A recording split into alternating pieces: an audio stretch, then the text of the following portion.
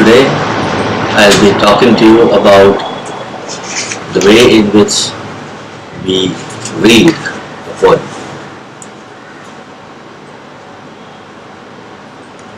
Right. So when we talk about reading a poem, there are a few things that we have to bear in mind. I'm sure when we open the text or we see the monitor, the computer screen, we'll be struck primarily by the way in which the words are arranged on the page. And we will also recognize that it is very different from the way in which words are organized, let us say, for a short story or an essay or even a novel.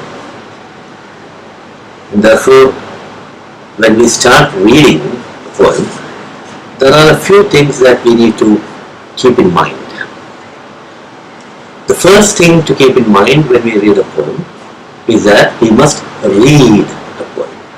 When I say read a poem, what I mean is that we must read it loud. So when we read a poem, we must listen to what we are reading. Only if we listen to what we are reading will we know what we are reading. So when you then know what you are reading, you will know that this is a poem. Because if you don't know what you are reading, you will not know that this is a poem. The most important thing when you read a poem is that you must listen. You must listen with your eyes. Generally, we would say that we must listen with our ears. But then when you read a poem, you must listen with your eyes also. So what do I mean when I say that you must listen with your eyes? Remember that when you see a poem would have a very distinct structure. Some of these poems would have 3 lines put together and that would make up a stanza. Sometimes there would be 4 lines. Sometimes you would have only 2 lines. And you would have other kinds of poems where it may not have an organized stanza.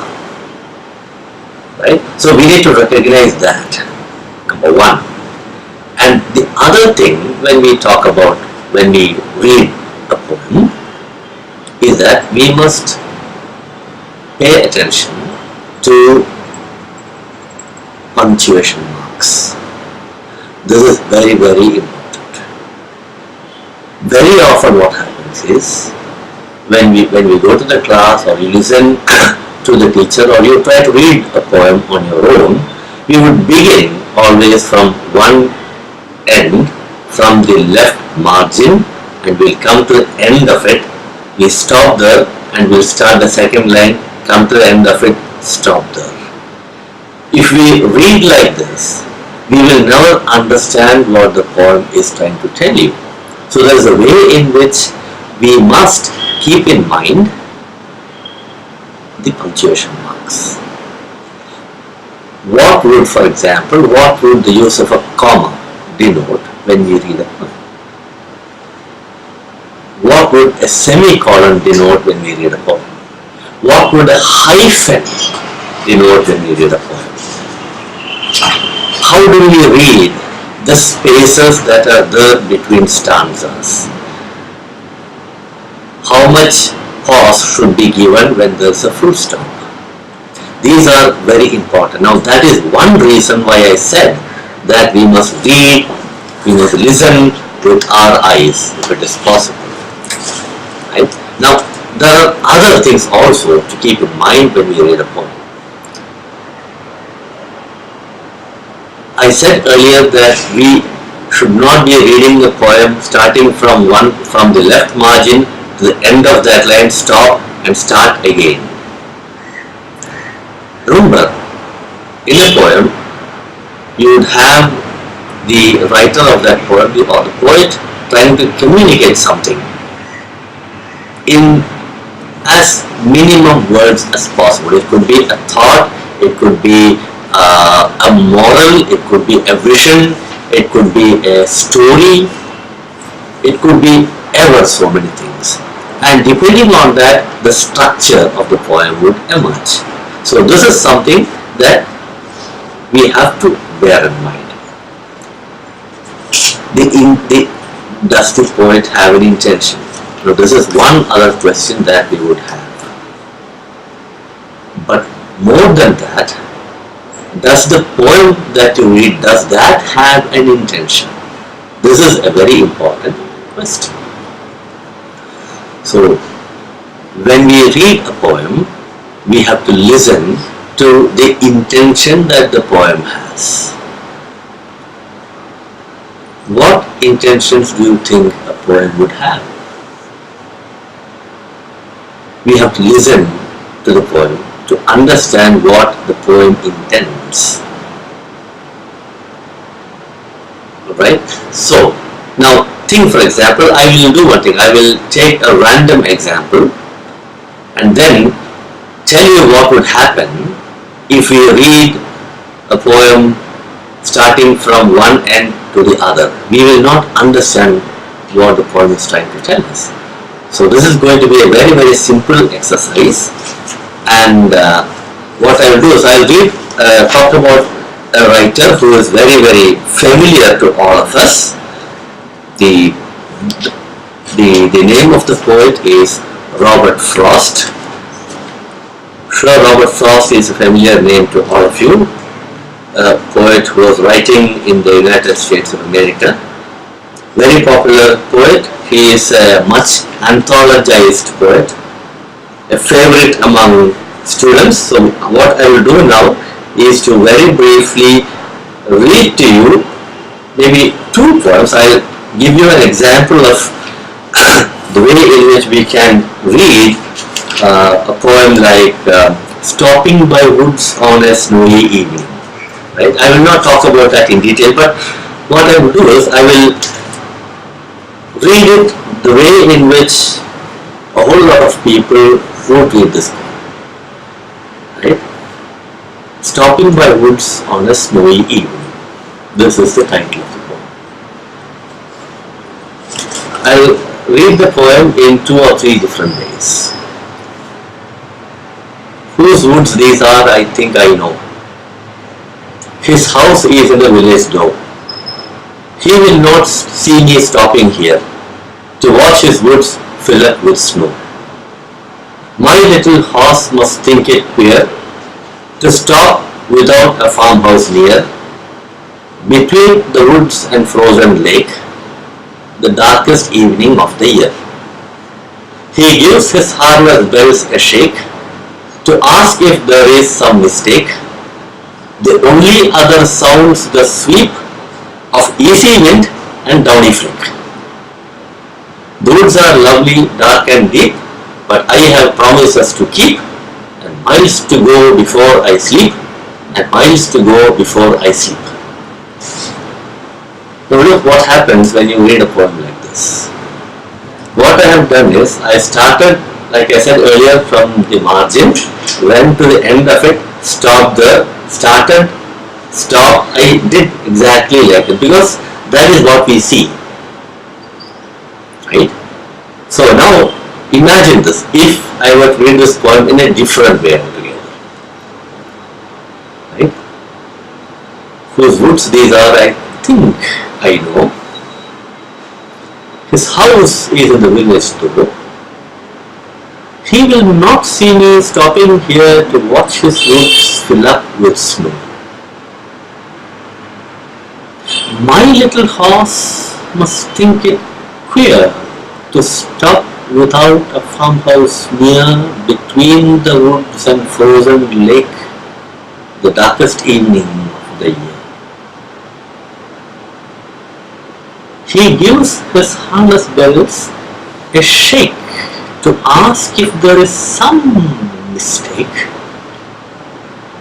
The only other sounds the sweep of easy wind and downy flick.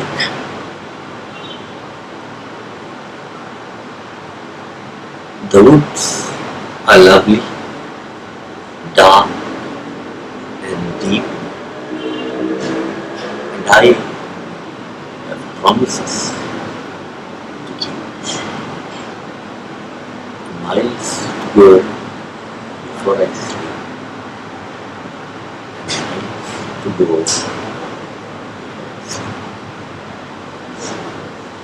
You will see that there was a very really major difference in the way in which I read the poem the first time and the way in which I read it a second time. I am not going to explain what the poem is.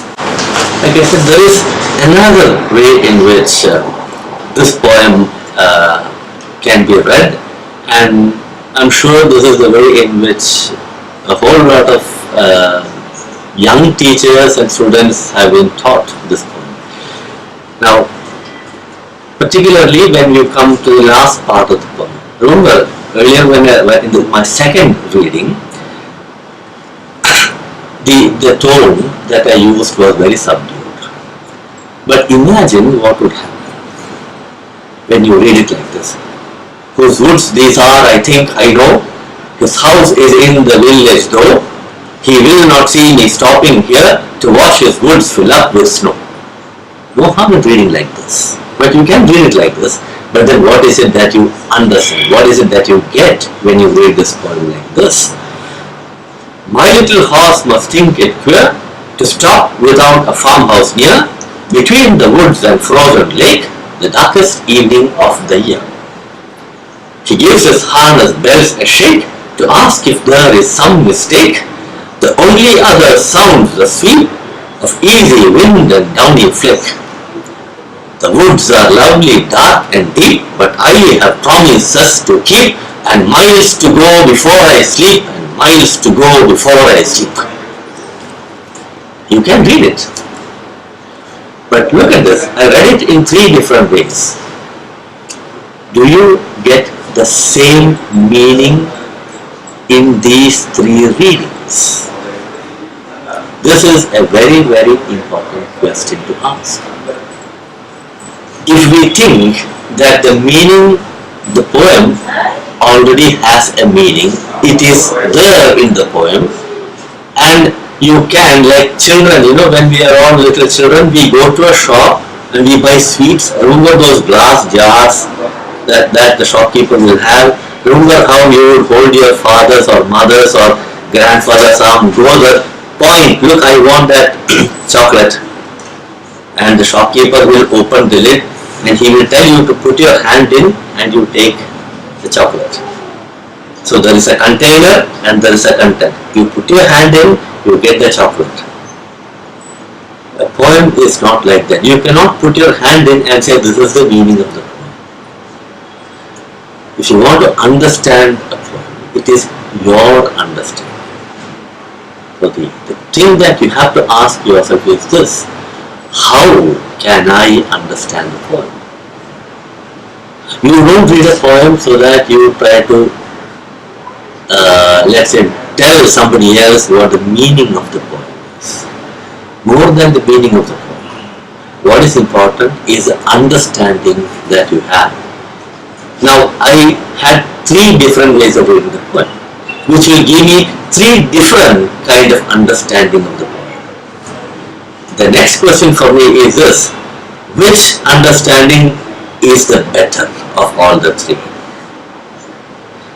That will decide how you want to relate to the poem. What is it that this poem is trying to communicate to me? Each reading will communicate a different kind of a feeling to me, right? And then which one of the 3 is the better one? This is a question that I ask myself when I read a poem.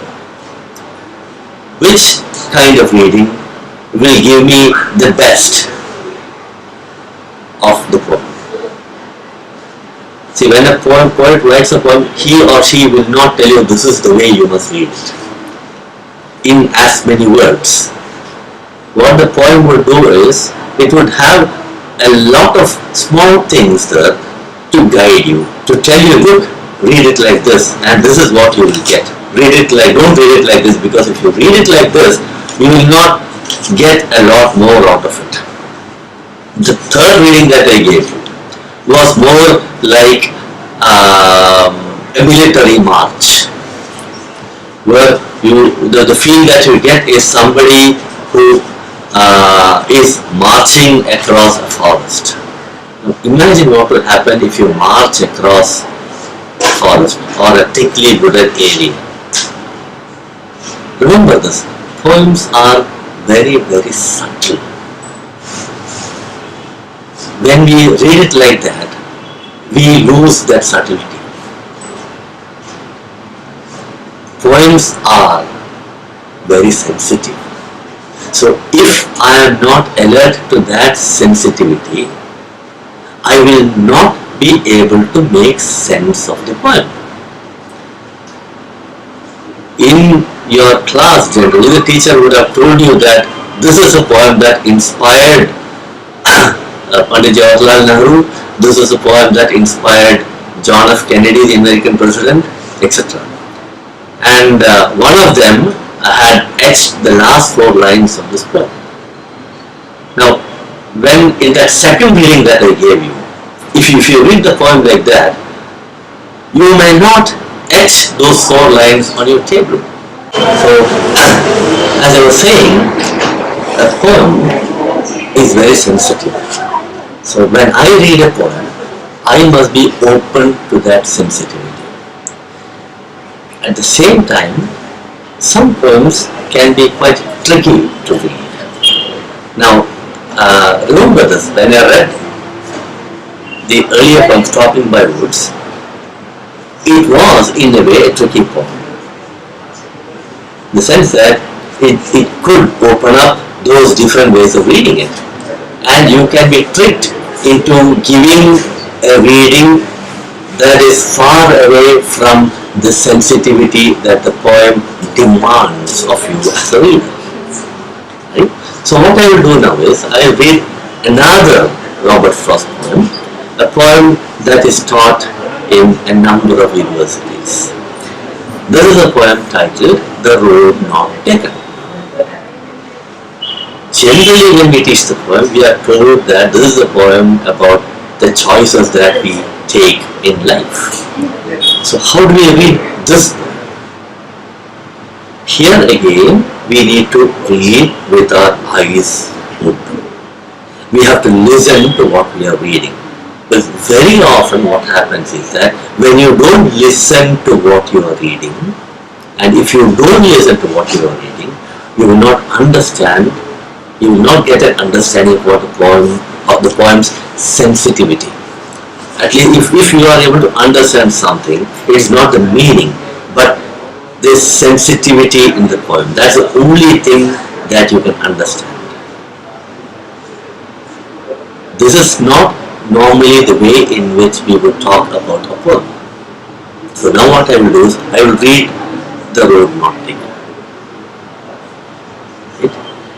Now what I will do is, I will first give you one reading and then let us see if a second reading is required. I will now again read it without paying attention to the punctuation marks, and then I will read it paying attention to the punctuation mark and the tone, etc. So the first reading here will be more or less like the first reading I did for the Stopping by the Woods poem. The Road Not Taken. 2 roads diverged in a yellow wood, and sorry I could not travel both and be one traveller. Long I stood and looked down one as far as I could to where it bent in the undergrowth. Then took the other as just as fair, and having perhaps a better claim, because it was grassy and wanted wear. Though as for that the passing girl had worn them really about the same, and both that morning equally lay, in leaves no step had trodden black. Oh, I kept the first for another day, Yet knowing how way leads on to way, I doubted if I should ever come back. I shall be telling this with a sigh. Somewhere, ages and ages hence, two roads diverged in a wood, and I took the one less travelled by, and that has made all the difference. Okay? Now, what is it that we understand when we read this poem? Are we open to the sensitivities that the poem has? Now consider a reading that is slightly different. I'll pay attention to the punctuation mark. I'll try and capture the tone of the poem in the way in which I'm reading it. Okay, so I'm going to read the poem once again. The road not taken. Two roads diverged in a yellow wood, and sorry, I could not travel both and be one traveler. Long I stood and looked down one as far as I could to where it bent in the undergrowth, then took the other as just as fair, and having perhaps the better claim, because it was grassy and wanted bare. Though as for that the passing there had warned them really about the same, and both that morning equally lay in leaves no step had trodden back. Oh, I kept the first for another day. Yet, knowing how way leads on to way, I doubted if I should ever come back. I shall be telling this with a sigh, somewhere ages and ages hence. Two roads diverged in a wood, and I took the one less travelled by, and that has made all the difference. There can be many more ways of reading this poem. And what poems do is that it tells you a lot about the way in which it was composed. When we read a poem like this, we generally would ask this question to ourselves. What was the writer doing when he or she was composing this poem? This is a question that somehow will come into our mind. What kind of thoughts are this poem, or is this poem trying to tell you, communicate with you? Are you alert when you read to the kind of things that are hidden in the poem? Do poems hide things? Poems hide a lot of things. Poems reveal a lot of things. If we assume that poem gives you meaning, it will also hide things. When you give something, there are certain things that you will not give. And that's exactly what the poem, any poem for that matter, will do. A poem can always choose to give you whatever it chooses, whatever it wants to give you. It will not give you everything or everything that it has at one instant. You will have to read it again and again and again. That's the only way in which you will get to understand or even appreciate the sensitiveness that a poem has. Now, when we read this poem, when we study this poem, we generally are told that this is a poem that talks about the choices that we make in life. But then, read this poem again and you would understand that there are certain very fascinating things here. Things that make you think about the question of choice. When is it that we will talk about making a choice? We will talk about making a choice when we have options. And when we have options, it means that there are two or more than two things that are there having different qualities, and then at that point we feel that this is the best thing to do over this, this or this. It is like giving you three readings of one poem and asking you to choose which one gives you the better one. Right? Now, when you read a poem like The Road Not Taken, I said it's very important to pay attention to the punctuation marks. What I'll do now is, I'll try to see if I can read the poem like I did it earlier. Okay? My second reading. Will we be able to read a poem exactly the way in which we read it the previous time? Here also there is a matter of choice. The words are the same. What is a road? How does a road come into existence? How would a choice come into existence? How would a choice present itself to you? Ask this question. How would a choice present itself to you? How would a poem present itself to you? Right? Keep this question in mind and then let us read the poem once again. The Road Not Taken. Two roads diverged in a yellow wood, and sorry, I could not travel both and be one traveler. Long I stood and looked down one as far as I could to where it bent in the undergrowth. Then took the other as just as fair and having perhaps the better claim, because it was grassy and water bare. Though as for that, the passing there had worn them really about the same. And both that morning equally lay in leaves no step had trodden black. Oh, I kept the first for another day. Yet knowing how wayly gone to way, I doubted if I should ever come back. I shall be telling this with a sigh somewhere ages hence. Two roads diverged in wood, and I took the one less traveled by. And that has made all the difference.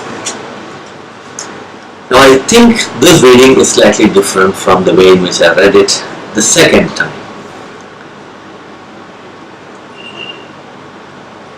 What I want to tell you is this. The sensitivity that a poem has depends on the way in which things are packed into a poem. The way in which certain thoughts are packed into a poem. And every reading that you do would unravel those layers. Sometimes a poem would even have layers that it is not really aware of. And this becomes especially true when you read a poet like Robert Frost. Here is a writer who is a remarkable smuggler of thoughts. We understand this when we read it with the way in which, and we would recognize how Frost would very innocently use certain words. And then it all depends on how you learn to emphasize some of those words or slide over certain words. Now, if we are not able to do it, then we will be tricked by the poem. We will be tripped by the poem. Now, this is something that happens not just with Robert Frost. It would happen or happens with every poet worth his salt or her salt. Now, look for example, how we would read those two lines here, that word perhaps. In the third reading, there's a certain way in which I emphasize the word perhaps. Right? That would give the poem a certain kind of a feel, a texture. Or the two lines of the last two lines of the second stanza. Though as for that the passing there had warned them really about the same.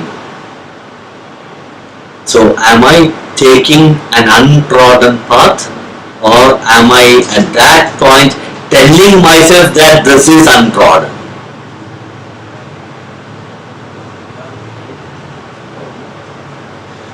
See, when we read a poem, it is not that you get an absolute meaning or even a meaning. Every poem, for that matter, would play with immense possibilities.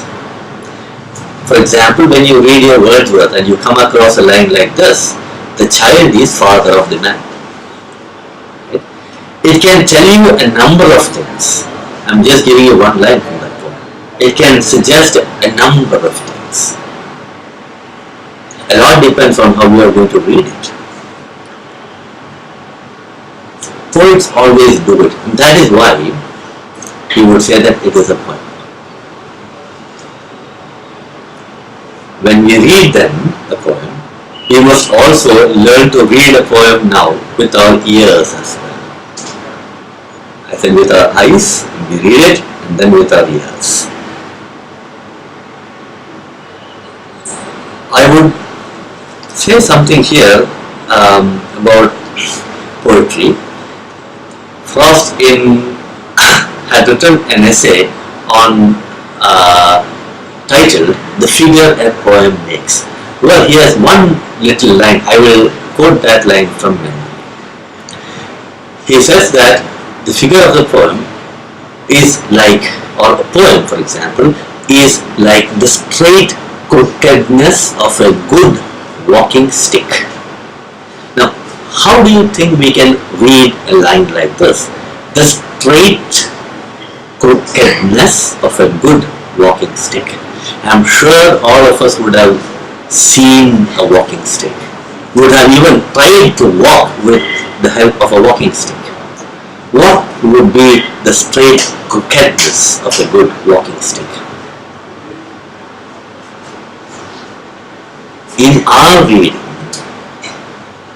we need to recognize the straightness of the crookedness of the walking stick. I hope you understand what I am trying to say. In other words, when you read a poem, you will learn how to read that poem. When you read another poem, you will learn how to read that poem. You read a third poem by another writer, you will learn, you understand how to read that poem.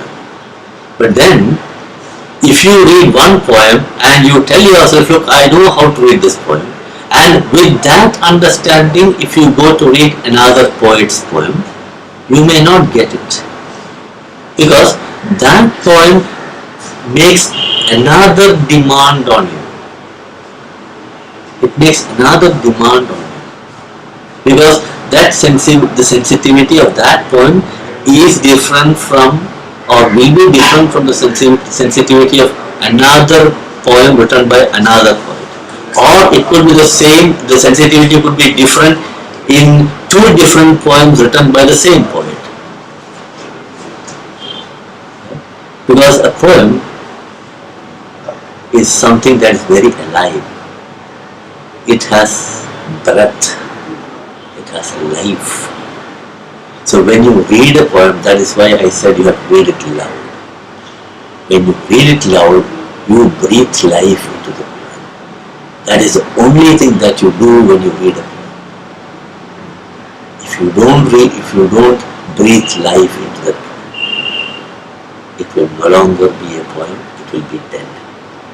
The only thing that you do as a reader of a poem is to give life to what you are reading. This is all that I have to tell you now. Have a good time reading poetry.